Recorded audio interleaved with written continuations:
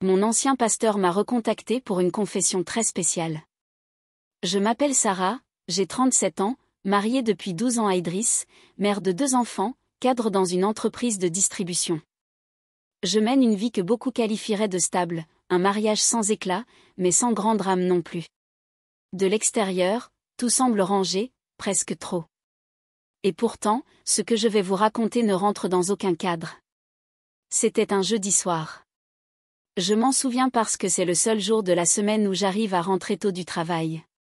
Je venais de poser mes clés sur le meuble de l'entrée, encore en train de réfléchir à ce que j'allais cuisiner, quand j'ai vu une notification WhatsApp apparaître sur mon écran. Bonsoir, sœur Sarah. Cela fait longtemps. J'aimerais te parler si tu es disponible. C'est pour une confession. Le message venait de pasteur Nathanaël, mon ancien pasteur, celui de l'église où j'ai passé presque toute ma jeunesse. Celui qui avait béni mon mariage, celui qui, il y a 6 ans, avait brutalement quitté notre paroisse pour raisons personnelles, selon les diacres. Depuis, silence radio. Je me suis assise, téléphone en main, le cœur bizarrement serré. C'est fou comme certaines présences peuvent réveiller des souvenirs enfouis. Parce que, oui, Nathanaël n'a jamais été un simple pasteur à mes yeux. Je lui ai répondu, presque machinalement. Bonsoir, pasteur. Quelle surprise. Je suis disponible. Tu peux m'appeler. Il n'a pas tardé. À peine 2 minutes plus tard, le téléphone vibrait dans ma main. J'ai décroché, la gorge sèche. Sarah. Sa voix était la même, grave, posée, comme une couverture chaude sur un cœur glacé. Bonsoir, pasteur. Tu peux m'appeler Nathanaël maintenant, s'il te plaît? Je ne suis plus ton pasteur. D'accord, ai-je murmuré, un peu troublé. Merci. J'espère que je ne dérange pas. Non. Tu disais que tu voulais te confesser? Il y a eu un long silence, pas de ceux qu'on comble, mais de ceux qui annoncent un tremblement de terre. Oui, mais pas une confession comme les autres. Pas une confession d'église. C'est à toi que je dois dire certaines choses, des choses que j'ai gardées trop longtemps. J'ai senti mon cœur cogner dans ma poitrine. Je me suis levée. J'ai tourné en rond dans le salon sans m'en rendre compte. Mon esprit essayait de deviner ce qui allait suivre, mais rien ne me préparait vraiment à ce qu'il m'a dit ensuite. Je t'ai aimé, Sarah. Silence. Je t'ai aimé pendant toutes ces années où tu venais au culte, où tu chantais dans la chorale, où je posais ma main sur ton front pour prier. Et je me suis tue. J'ai fui. J'ai quitté la paroisse quand ça devenait trop fort. Je ne pouvais plus me mentir, ni à Dieu, ni à toi. Je suis restée figée, littéralement. Je n'arrivais plus à respirer. Mon corps refusait de comprendre, de digérer. Mon ancien pasteur, mon guide spirituel, celui que j'admirais, que je respectais au point de ne jamais oser croiser son regard, et ce n'était pas une illusion. Il continuait. Je n'attends rien de toi. Je ne veux pas te faire du mal. Je sais que tu es mariée, que tu as une vie, que tu es heureuse, peut-être. Mais je devais le dire. C'était ma confession, pas devant Dieu, mais devant toi. C'est toi que j'ai trahi en gardant ça si longtemps. Toi que j'ai béni alors que mon cœur n'était pas pur. Et pourtant, ce que je ressentais n'était pas sale. J'ai respiré profondément. Une chaleur étrange montait en moi. Pas de la colère, pas de la peur, quelque chose de plus subtil, un mélange d'interdit, de curiosité, de trouble. Je me suis assise, enfin, et j'ai chuchoté. Pourquoi maintenant? Parce que j'ai rêvé de toi depuis 3 nuits. Et dans ce rêve, tu m'ouvrais la porte. Il n'en a pas dit plus. Il a raccroché. J'ai regardé l'écran de mon téléphone pendant au moins 10 minutes. Je ne savais pas quoi penser. Je me suis allongée dans le lit, tout habillée. Idriss était de garde ce soir-là. Je suis restée seule dans le silence, et mes pensées, elles, étaient tout sauf silencieuses. Le lendemain, il m'a envoyé un autre message. Je suis de passage à Lagos. Si tu veux qu'on parle en face à face, je pars dimanche soir. Aucun piège, juste un café à visage découvert. J'ai laissé le message en « vue » pendant des heures. Et le dimanche, sans prévenir personne, j'ai mis une robe longue et un foulard. J'ai pris un taxi jusqu'à l'adresse qu'il m'avait donnée, un café discret dans une rue calme, non loin de l'ancien quartier où j'avais grandi. Il était déjà là, assis, droit, son éternel carnet à la main. Il s'est levé à mon arrivée, a tiré ma chaise et m'a souri. Ce sourire, je ne l'avais pas vu depuis 6 ans, mais il m'a percuté comme une onde. Parce que, ce jour-là, pour la première fois, je l'ai regardé non pas comme mon ancien pasteur, mais comme un homme. Je ne savais pas si je devais le saluer comme un vieil ami, comme un ancien guide spirituel, ou comme un homme qui m'avait avoué m'aimer en secret pendant des années. Alors, j'ai simplement dit « Bonjour, Nathanaël ». Il m'a souri. Un sourire franc, sans calcul, mais dont je sentais qu'il cachait 1000 choses derrière. Ses yeux me scrutaient, comme s'il cherchait à lire entre les plis de mon foulard. Moi, je me sentais exposée, comme si ma robe n'était qu'un voile de brume sur une tempête intérieure. Tu es belle, Sarah. Encore plus que dans mon souvenir. Je n'ai pas su quoi répondre. Le compliment était simple, mais dans sa bouche, il résonnait différemment, comme une offrande, un aveu. J'ai failli ne pas venir, ai-je avoué. Et tu aurais eu raison. Mais tu es là, et je suis reconnaissant. Il m'a tendu un menu, comme pour briser la tension. Nous avons commandé des boissons, moi, un bissap glacé, lui, du café noir. Ironique, pour un ancien pasteur, de boire quelque chose d'aussi amer. Pendant quelques instants, nous avons parlé de banalité, du quartier, des changements dans la ville, de la chaleur. Puis, doucement, la conversation a glissé. Tu veux savoir pourquoi je t'ai tout dit? Pourquoi maintenant? Oui. Parce que ça me brûle de savoir, et parce que je ne comprends toujours pas. Il a hoché la tête, regardant ses mains, comme un homme qui s'apprête à ouvrir une plaie. Sarah, tu étais différente. Pas juste jolie, pas juste douce. Tu avais cette lumière en toi, cette foi que je voyais même quand tu ne parlais pas. Et moi, j'étais censé être ton berger, pas ton amant en secret. Mais j'ai péché, pas par acte, par pensée, par sentiment, par soupir silencieux. Et je n'ai jamais eu le courage de le confesser. Il a levé les yeux vers moi, comme s'il attendait un verdict. Mais je ne l'ai pas condamné. Parce qu'au fond, je me souvenais, moi aussi, de certains regards, de certaines bénédictions un peu plus longues, de sa main sur mon épaule pendant les prières, qui laissait une chaleur étrange sur ma peau, comme un feu discret. Je n'étais pas innocente non plus.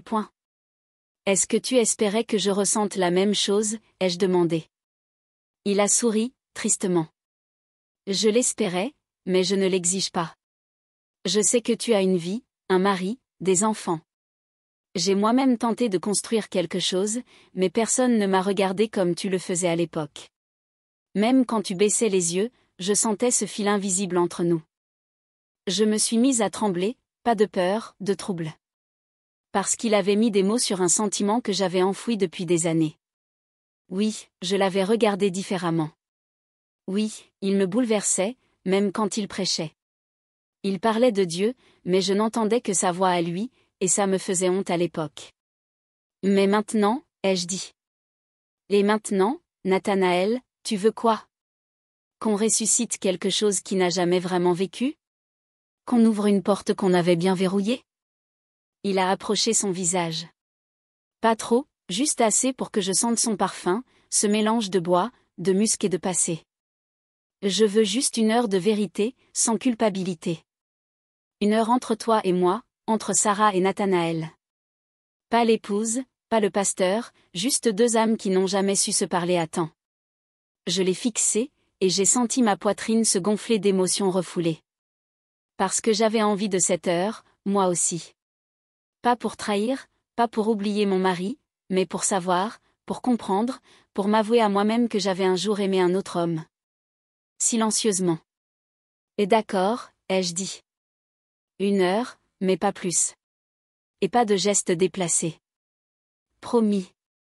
1 heure d'âme, pas de corps.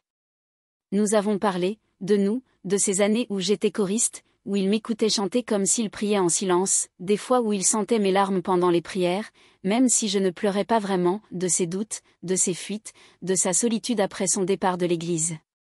Et moi, je lui ai parlé de mon mariage, de ce qui s'est figé au fil du temps, d'un mari bon, mais absent, d'un quotidien qui m'engloutit sans jamais me nourrir vraiment. Ce jour-là, au café, nous avons été vrais pour la première fois. Et quand l'heure s'est écoulée, j'ai regardé ma montre et j'ai dit: il est temps. Il s'est levé, doucement.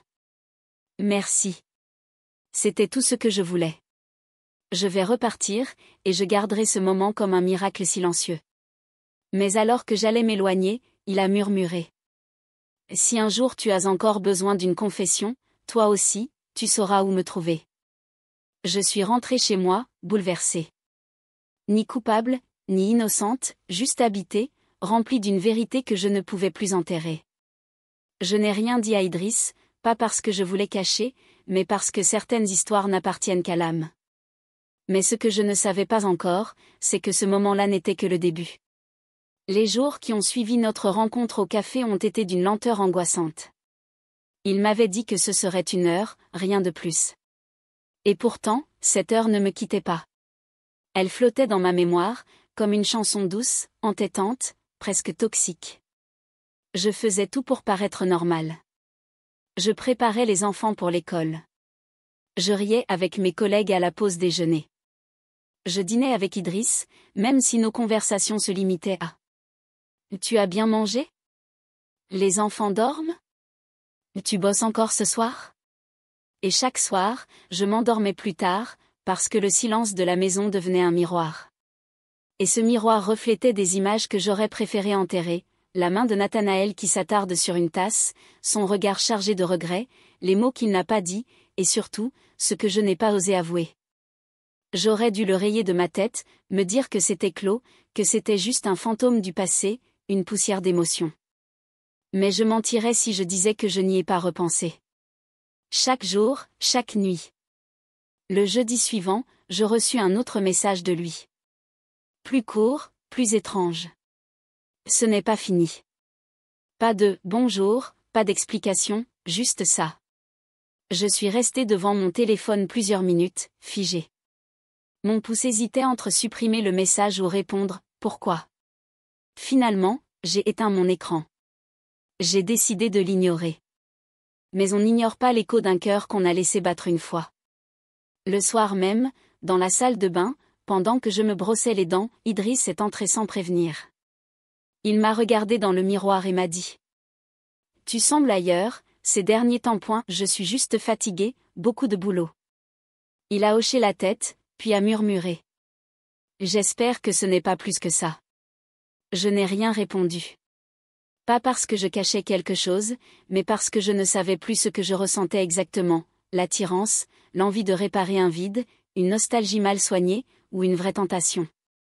Les jours suivants, je n'ai pas reçu d'autres messages de Nathanaël. Mais c'est moi qui ai fini par en envoyer un, contre toute logique, contre tout ce que j'aurais conseillé à une autre femme dans ma situation.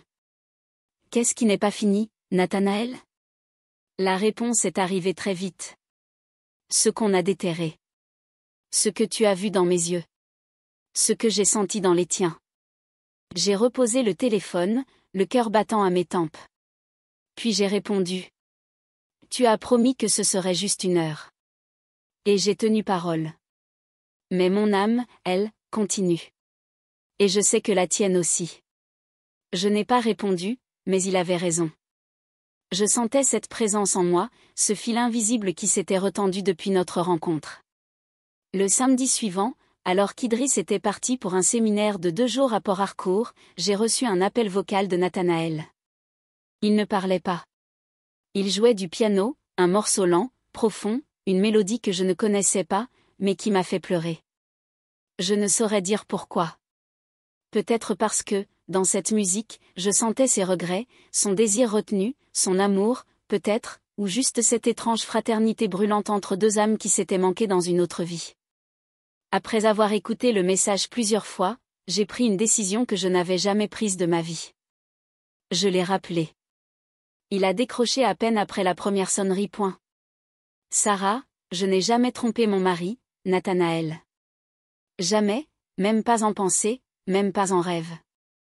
Je sais. Et je ne veux pas que tu le fasses. Alors pourquoi tu continues? Pourquoi tu m'écris? Pourquoi tu joues du piano comme si tu savais que ça me briserait? Il a soupiré.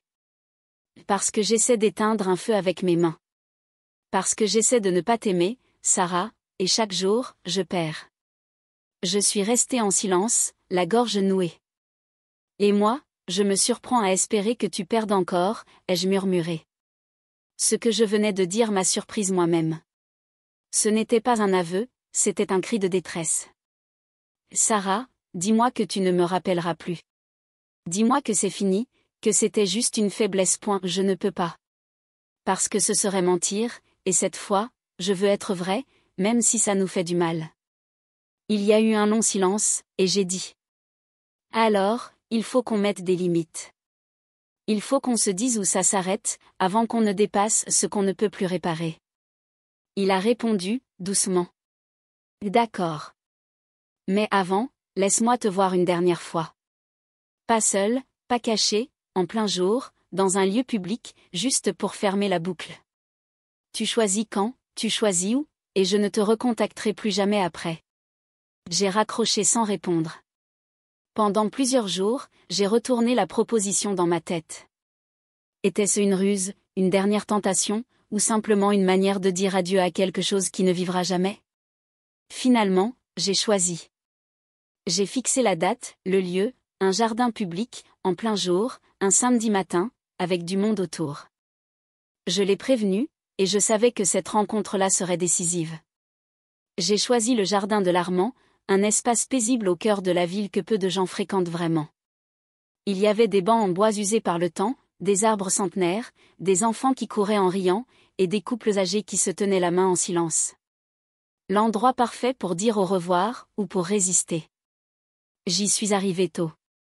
Je me suis assise sur un banc, face à la grande fontaine centrale. Mon cœur battait fort, trop fort pour un simple rendez-vous. Mais ce n'était pas un simple rendez-vous, c'était une frontière, et je ne savais pas encore si je la franchirais ou si je tournerais les talons à temps.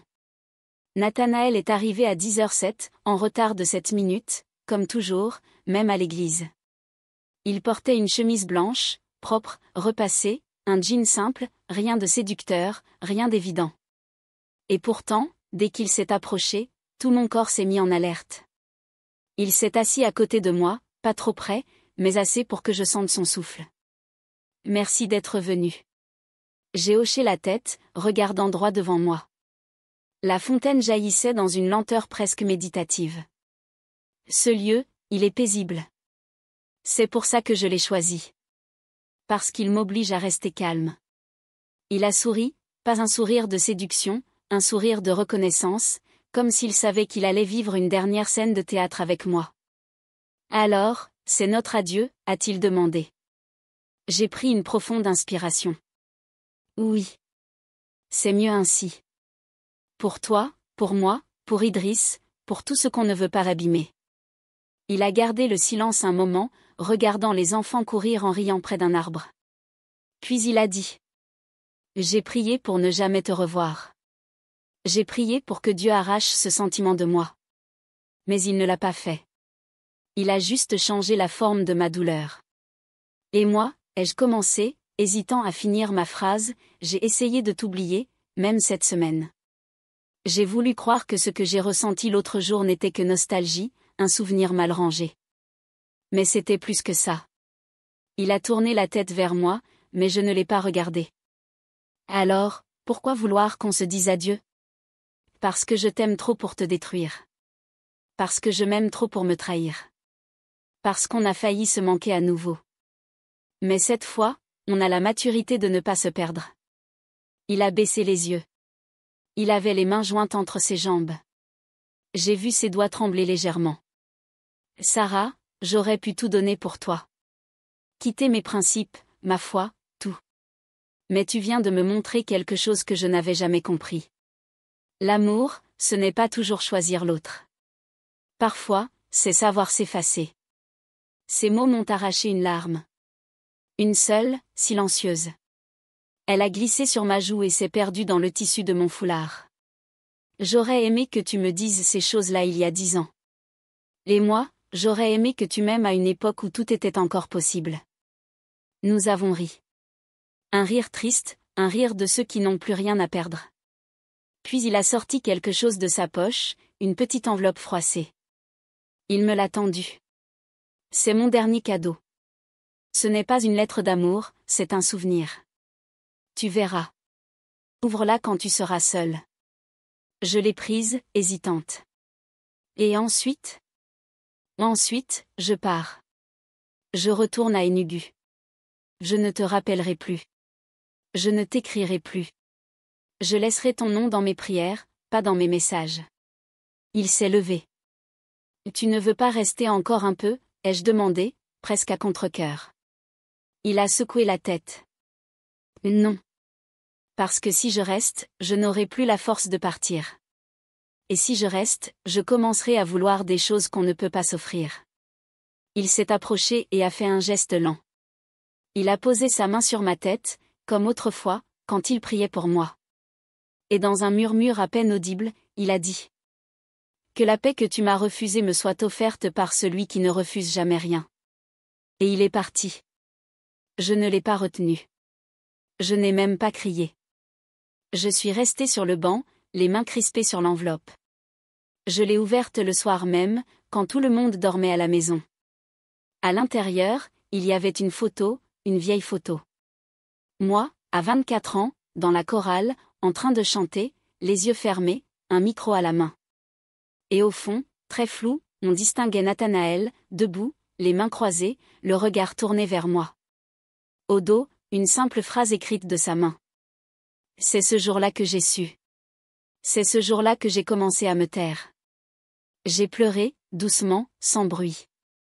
Parce qu'une partie de moi pleurait une histoire d'amour qui n'avait jamais été racontée à voix haute. Une histoire faite de silence, de regards, d'interdits, et d'un respect immense. Depuis ce jour, je n'ai plus jamais reçu de message. Il a tenu parole, et moi aussi. Mais parfois, dans le silence de ma chambre, quand la pluie tape doucement sur la vitre, je pense à lui, à ce qu'on a frôlé, à ce qu'on a choisi de ne pas vivre. Et je souris. Pas de tristesse, pas de regret, juste une tendresse infinie pour cette page secrète de ma vie. 6 mois ont passé. La saison des pluies a doucement cédé la place à l'harmattan, et dans le quotidien de ma vie rangée, le souvenir de Nathanaël s'est fait plus discret. Il ne me hante plus. Il ne me parle plus à travers des messages. Il ne surgit plus dans mes rêves comme avant. Mais il est là, quelque part en moi, comme un livre qu'on a refermé, mais qu'on ne range pas encore dans la bibliothèque. On le garde sur la table de chevet, pas pour le relire, mais pour se rappeler qu'on a traversé ces pages. Ma relation avec Idriss, mon mari, s'est légèrement transformée. Non pas parce qu'il sait tout, mais parce que moi, je me connais mieux désormais. Cette tempête que j'ai traversée en silence m'a appris quelque chose que je n'aurais jamais découvert autrement. On peut désirer quelqu'un d'autre sans trahir. On peut aimer brièvement sans trahir un amour plus ancien. Mais surtout, on peut choisir. Et j'ai choisi. Choisi de rester, pas par obligation, pas par peur, mais par conviction. Parce que l'amour véritable n'est pas toujours celui qui vous brûle, vous fait trembler, ou vous donne des papillons dans le ventre. C'est parfois celui qui reste debout, même quand les murs craquent. J'ai revu Nathanaël en rêve, une seule fois. Il marchait dans une église vide, un vieux carnet à la main. Il m'a regardé, a souri, et a dit : on s'est aimé comme deux flammes qui savaient qu'elles ne devaient pas s'embraser. Puis il a disparu dans une lumière douce. Ce rêve m'a laissée sereine, comme une bénédiction secrète.